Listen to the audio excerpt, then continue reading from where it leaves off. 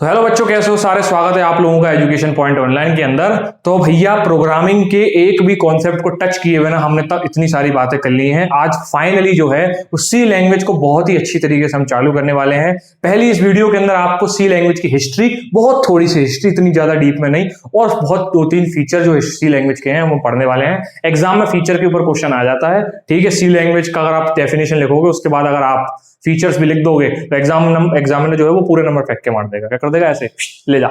ठीक है, ठीक है भाई। तो चालू करते हैं। सबसे पहले भैया क्या करते हैं, भैया सी लैंग्वेज को समझते हैं। सी लैंग्वेज क्या होती है, सी लैंग्वेज क्या होती है और वो क्यों इस दुनिया के अंदर आई, ये बात को हम जानना शुरू करते हैं। तो सी लैंग्वेज क्या है? सी लैंग्वेज एक जनरल पर्पस प्रोग्रामिंग लैंग्वेज है। जनरल पर्पस प्रोग्रामिंग लैंग्वेज का मतलब क्या है? देखो, प्रोग्रामिंग लैंग्वेज का मतलब मैंने आपको पहले बताया था कि भैया क्या है। कंप्यूटर जो होता है हमारा, कंप्यूटर जो होता है, कंप्यूटर जो है वो एकदम बेवकूफ है, उसको कुछ नहीं आता है। उसको हमको बताना पड़ेगा कि भैया तुमको ये करना है। उसको हमको बताने के लिए हमें कंप्यूटर की भाषा जानने की जरूरत है, पर जो कि हम नहीं कर सकते, क्योंकि कंप्यूटर समझता है 0 और 1, मतलब कि मशीन की लैंग्वेज समझता है। ठीक है भाई। पर हम क्या करेंगे, हम एक प्रोग्रामिंग लैंग्वेज सीखेंगे जो कि सी होने वाली है इस पूरी सीरीज के अंदर। और हम क्या करेंगे भैया, इसके अंदर कोडिंग करेंगे, प्रोग्रामिंग करेंगे, और क्या होगा, इसको समझाने की कोशिश करेंगे। उसके लिए हमको लगेगा एक ट्रांसलेटर, जिसको बोलते हैं कंपाइलर। ठीक है भैया। ट्रांसलेटर हमारा जो हमारी भाषा में लिखा हुआ कोड है वो मशीन की भाषा में उसको बता देगा कंप्यूटर को, और कंप्यूटर क्या करेगा, हमारा काम हमको करके दे देगा। बहुत बढ़िया, आया समझ में? चलो। पर जो है सी लैंग्वेज एक हाई लेवल प्रोग्रामिंग लैंग्वेज है। हाई लेवल प्रोग्रामिंग लैंग्वेज का मतलब क्या होता है? हाई लेवल प्रोग्रामिंग लैंग्वेज होती है जो यूजर समझ सकता है, जो प्रोग्रामर समझ सकता है। ठीक है भैया। पर क्या होता है, उसकी जो कैपेबिलिटीज है, किसकी भैया? सी लैंग्वेज की ऐसी कैपेबिलिटी है, वो ऐसा काम करने में सक्षम है जिसके अंदर वो मशीन को डायरेक्टली इंस्ट्रक्शन दे सकती है। ठीक है भाई। ठीक है। मतलब क्या है कि हाई लेवल प्रोग्रामिंग लैंग्वेज होने के साथ साथ वो केपेबल है, वो कर सकती है मशीन को डायरेक्ट इंस्ट्रक्शन देना, मशीन के ऑपरेशन को हैंडल करना। ठीक है भाई, इतनी बात समझ में आई? बहुत बढ़िया। अब ऐसा क्या हुआ, जो ऐसा क्या देखा गया सी लैंग्वेज के अंदर? देखो, यूनिक्स ऑपरेटिंग सिस्टम नाम का एक ऑपरेटिंग सिस्टम पहले चला करता है। ऑपरेटिंग सिस्टम बेसिकली यूजर और हार्डवेयर के बीच में एक लेयर का काम करता है, ताकि हम हार्डवेयर से अच्छे से इंटरेक्ट कर पाए। उसी तरह से एक ऑपरेटिंग सिस्टम था जिसका नाम था यूनिक्स। ठीक है। उसके कुछ कोड्स जो असेंबली लैंग्वेज में पहले लिखे गए थे, पुरानी लैंग्वेज है असेंबली लैंग्वेज, ठीक है, जो मशीन के कोड्स लिखने के लिए काम आती है, उसके कोड्स को रिप्लेस किया गया सी लैंग्वेज के कोड से। ठीक है भैया। और आज की तारीख में भैया किसी भी ऑपरेटिंग सिस्टम का 70% जो कोड होता है वो सी लैंग्वेज के अंदर लिखा जाता है। ठीक है। इसका मतलब यह है भैया, हार्डवेयर और मेमोरी से बहुत अच्छे से जो बात करती है, ठीक है, बहुत अच्छे से मैनिपुलेशन करवाती है, उसका नाम है सी लैंग्वेज। ठीक है भाई, इतनी बात क्लियर है?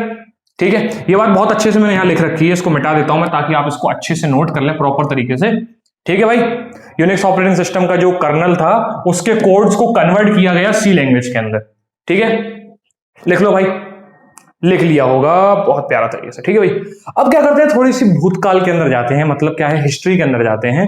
तो हिस्ट्री में क्या हुआ, एक BCPL नाम की लैंग्वेज थी जिसकी खोज की थी, जिसको बनाया था मार्टिन रिचर्ड ने। BCPL का फुल फॉर्म क्या होता है? BCPL का फुल फॉर्म होता है बेसिक कंबाइंड प्रोग्रामिंग लैंग्वेज। ठीक है भैया, बेसिक कंबाइंड प्रोग्रामिंग लैंग्वेज। इसका मतलब, इसके नीचे इसके अंदर एक वर्ड आ रहा है कंबाइंड। इसका मतलब यह है कि बेसिकली बात क्या हुई थी, पहले जो पुराने प्रोग्रामिंग कॉन्सेप्ट्स थे, पहले जो चला करते थे, उनको कहीं कहीं से उठाया गया। जैसे कॉन्स्टिट्यूशन में, अपने कॉन्स्टिट्यूशन में क्या है, कुछ कुछ लॉज हैं, कुछ कुछ जो एक्ट्स हैं, वो अलग अलग देशों से उठाए गए और फिर अपने देश के कॉन्स्टिट्यूशन में इन्वॉल्व किए हुए। ये मैं नहीं कह रहा हूं, ये भैया हिस्ट्री कहती है। ठीक है भाई। ऐसे ही BCPL प्रोग्रामिंग लैंग्वेज के अंदर उसको बनाया गया, काफी सारे प्रोग्रामिंग लैंग्वेज के कॉन्सेप्ट्स को, प्रोग्रामिंग लॉजिक्स को उठा के उसको बनाया गया। ठीक है भैया। पर क्या हुआ, कुछ गलतियां हुई, कुछ खामियां हुई, और उसके बाद क्या हुआ, इसके बाद आती है बी लैंग्वेज, जिसकी खोज की थी भैया, जिसको बनाया था किसने? केन थॉमसन ने। सेम जगह पे, कहां पर भैया? AT एंड, रुक जाओ दोबारा लिखते हैं, AT and T's Bell laboratory के अंदर। ठीक है भैया, केन थॉमसन ने। ठीक है भैया। पर कुछ भी हुआ भैया, क्या हुआ, ये क्या है, एक सिंप्लीफाइड लैंग्वेज थी, ये BCPL से थोड़ी सी उसको अपग्रेड कर दिया गया था। और पर क्या हुआ, कुछ कॉन्सेप्ट्स के अभी भी यहां पर कमियां रह गई, जिनमें से एक है डेटा टाइप का कॉन्सेप्ट। वो कॉन्सेप्ट उसके अंदर कमी रह गई। बेसिकली जब हमको जरूरत पड़ी मेमोरी को जो है रिस्ट्रिक्ट करने की, वेरिएबल को रिस्ट्रिक्ट करने की, कैसे करते हैं हम आगे आपको बताएंगे। बेसिकली हमको थोड़ा सा मेमोरी को मैनेज करना था, उसके लिए हमने क्या किया, उसके लिए हुआ भैया जन्म किसका?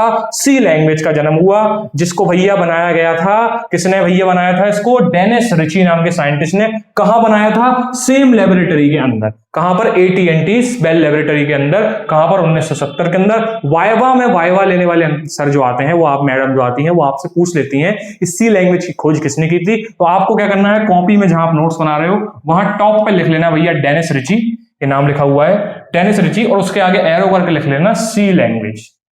ठीक है भाई, ताकि आपको ये चीज याद रहे कि डेनिस रिची नाम के साइंटिस्ट ने इसकी खोज की थी। क्या थी भैया, ये सक्सेसर थी, मतलब उसके बाद आई थी, बी लैंग्वेज के बाद आई थी, इसलिए इसका नाम पड़ गया सी लैंग्वेज। ठीक है भाई, ठीक है। मैंने आपको बता दिया था कि यूनिक्स ऑपरेटिंग सिस्टम के जो कोड्स थे उसको चेंज किया गया सी लैंग्वेज के अंदर। ठीक है भाई, बहुत बढ़िया। ठीक है, इतनी ज्यादा डिटेल में हम गए नहीं हिस्ट्री, ज्यादा डिटेल में जाते तो क्या होता, ज्यादा डिटेल में जाते तो हमारा टाइम वेस्ट होता। पर अगर किसी को थोड़ा सा पढ़ने का अगर जज्बा है, वो चाहता है कि मैं पढ़ना चाहता हूं इस चीज को कि कैसे हम बाकी लैंग्वेजों से सी लैंग्वेज की तरफ आए हैं, ठीक है भैया, तो वो बिल्कुल समझ सकता है इस चीज को। ठीक है, मैं आपको एक होमवर्क देता हूं, आप एक छोटा सा रिसर्च करना। AT&T बेल लेबोरेटरी जो है, ठीक है, ये किसके लिए काम करती है, और सिर्फ इस लैब से बहुत सारे साइंटिस्ट जो हैं वो अलग अलग खोज करके आए हैं। ठीक है भाई, बहुत सारे साइंटिस्ट हैं जो AT&T बेल लेबोरेटरी से खोज किया है और उन्होंने अपना नाम बनाया है। केन थॉमसन, डेनिस रिची उनमें से एक हैं। ठीक है भैया, लिनक्स की जिसने खोज की थी वो भी यहीं से निकले हुए थे। ठीक है, तो क्या क्या यहां से कौन कौन यहां से निकला हुआ है और उन्होंने क्या क्या दुनिया में जिंदगी में अपने बड़ा काम किया है, वो आप जरा पढ़ के आना, तो आपको थोड़ी सी मोटिवेशन मिलेगी। ठीक है भाई, ठीक, चलो भाई, नोट कर लिया ऐसे, चलो गुरु नोट तो कर लिया होगा। ठीक है, अब बात करते हैं फीचर्स ऑफ सी लैंग्वेज। ठीक है, एग्जाम के अंदर आपको क्वेश्चन पूछता है व्हाट इज सी लैंग्वेज, तो वहां पर आप डेफिनेशन के साथ साथ ये कुछ पॉइंट्स भी अगर वहां लिख दोगे तो क्या होगा भैया, एग्जाम पूरे नंबर फेंक देगा। कैसे फेंक देगा, ऐसे फेंक देगा। ठीक है भाई, तो सी लैंग्वेज का पहला जो है हम जो फीचर है वो हम पढ़ते हैं कि सी लैंग्वेज बहुत ही सिंपल और एफिशिएंट लैंग्वेज है। सिंपल होने का क्या मतलब है, सिंपल होने का मतलब ये है कि भैया क्या है, इसका स्ट्रेट फॉरवर्ड, यहां पर थोड़ा सा गैप है, मैं लगाना भूल गया हूं। ठीक है, इसका सिंटेक्स जो है वो बहुत स्ट्रेट फॉरवर्ड है। स्ट्रेट फॉरवर्ड मतलब क्या होगा, ब्लॉक ऑफ फंक्शन है जो एक एक करके एग्जीक्यूट होने हैं। इसका एग्जांपल भैया क्या होगा, मान लो एक आप बैंक में गए, बैंक में एक लंबी सी लाइन है, आप फॉर्म लेके खड़े हो। ठीक है, जो बैंक कर्मचारी काम कर रहा होगा वो क्या करेगा, लाइन में जो आगे खड़ा होगा उसका काम करेगा, उसको हटा देगा, उसके बाद जो आएगा उसका काम करेगा, उसको हटा देगा, उसके बाद जो आएगा उसका काम करेगा, उसको हटा देगा। इसी तरह से काम करती है भाई सी लैंग्वेज, बिल्कुल स्ट्रेट फॉरवर्ड है ना, कुछ नहीं करना, जो सामने खड़ा उसको कवर कर देना है, जो उसका काम हो जाएगा उसको हटा देना है। ठीक है भाई, ऐसे ही सी लैंग्वेज काम करती है, जो पहले आया उसका काम किया, उसको हटा दिया, उसके बाद जो आया उसका काम किया, उसको हटा दिया।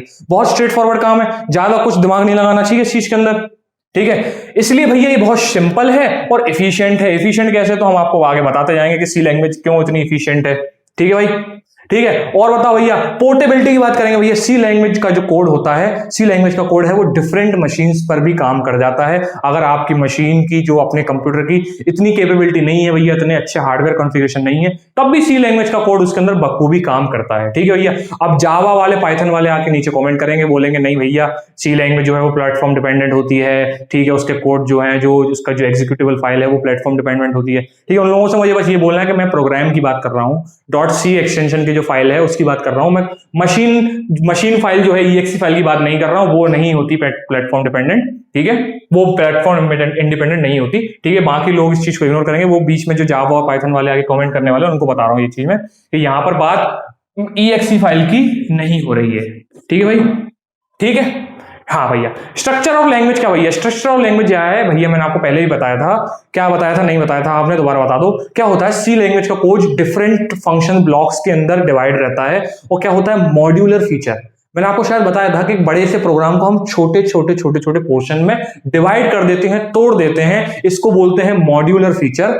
मॉड्यूलर फीचर मतलब हम छोटे छोटे टुकड़ों में तोड़ देते हैं फंक्शन को, और मतलब बेसिकली पूरे प्रोग्राम को।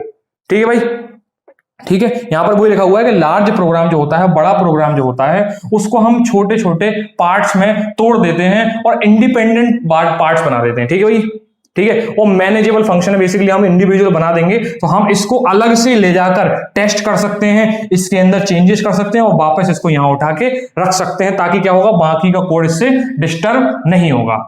ठीक है भाई, इतनी बात समझ में आई। ठीक है, प्रोग्रामिंग को आपको थोड़ा विजुअलाइज करने की कोशिश करनी पड़ेगी, बिना उसके क्या होगा ना, आपको दिक्कतें आने शुरू हो जाएंगी प्रोग्रामिंग के अंदर। प्रोग्रामिंग ऐसी ही होती है, ये फिजिक्स केमिस्ट्री मैथ्स की तरह नहीं होती कि आपके सारे कॉन्सेप्ट रियल लाइफ में डायरेक्टली आ जाए। ठीक है, यहां पर आपको क्या होगा, एनालॉजीज के द्वारा, कहानियों के द्वारा कॉन्सेप्ट्स को आपको लपेट के अपने दिमाग में भरना पड़ेगा।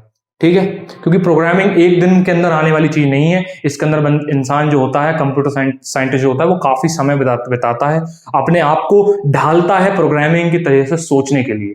ठीक है, अगर आप ये बोलोगे कि भैया एक बार में समझ में नहीं आया, तो बिल्कुल नहीं आएगा, बिल्कुल मैं बोल रहा हूं अभी नहीं आएगा। ठीक है, पर आगे आएगा बच्चों, संभल के चलो। ठीक है, थोड़ा साथ में चलते रहो, आगे आएगा, ये बात की गारंटी है। ऐसा नहीं होगा कि आएगा नहीं, भैया नहीं आएगा तो कहां जाएगा। ठीक है, आएगा जरूर।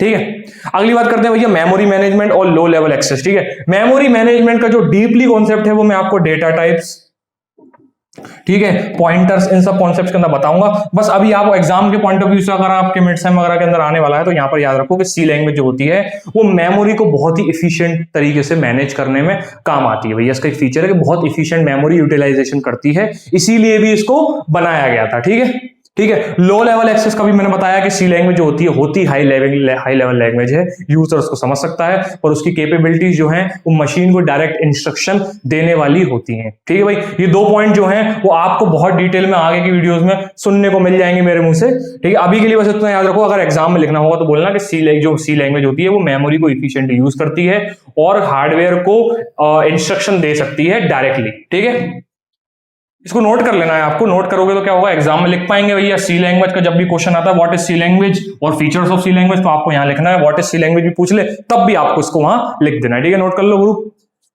बहुत बढ़िया बहुत बढ़िया बहुत बढ़िया, ताली बजाओ इस बात के।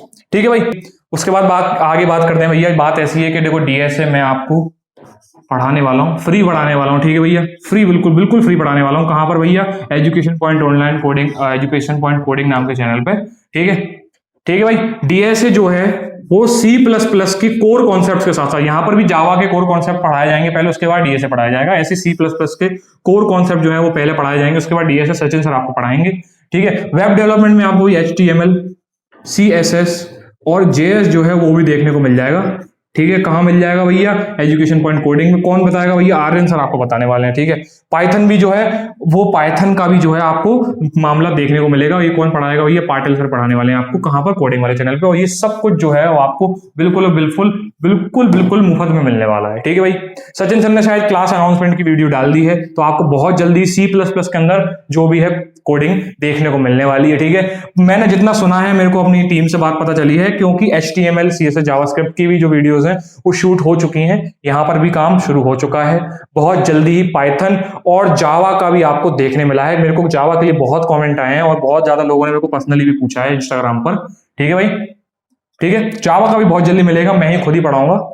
ठीक, मेरे पास थोड़ा डिप्लोमा का भी प्रेशर है, क्योंकि आप जो वीडियो देख रहे हैं ये शायद AKTU और डिप्लोमा दोनों के लिए जाने वाली है, क्योंकि यहां पर कुछ बेसिक कॉन्सेप्ट्स ऐसे हैं जो कॉमन है दोनों में। ठीक है, ठीक है भाई, ठीक, तो बहुत ज्यादा बोल दिया है। ठीक है, मैंने बस कर जाता हूं मैं। ठीक है, तो मिलते हैं नेक्स्ट लेक्चर में, तब तक के लिए सीताराम।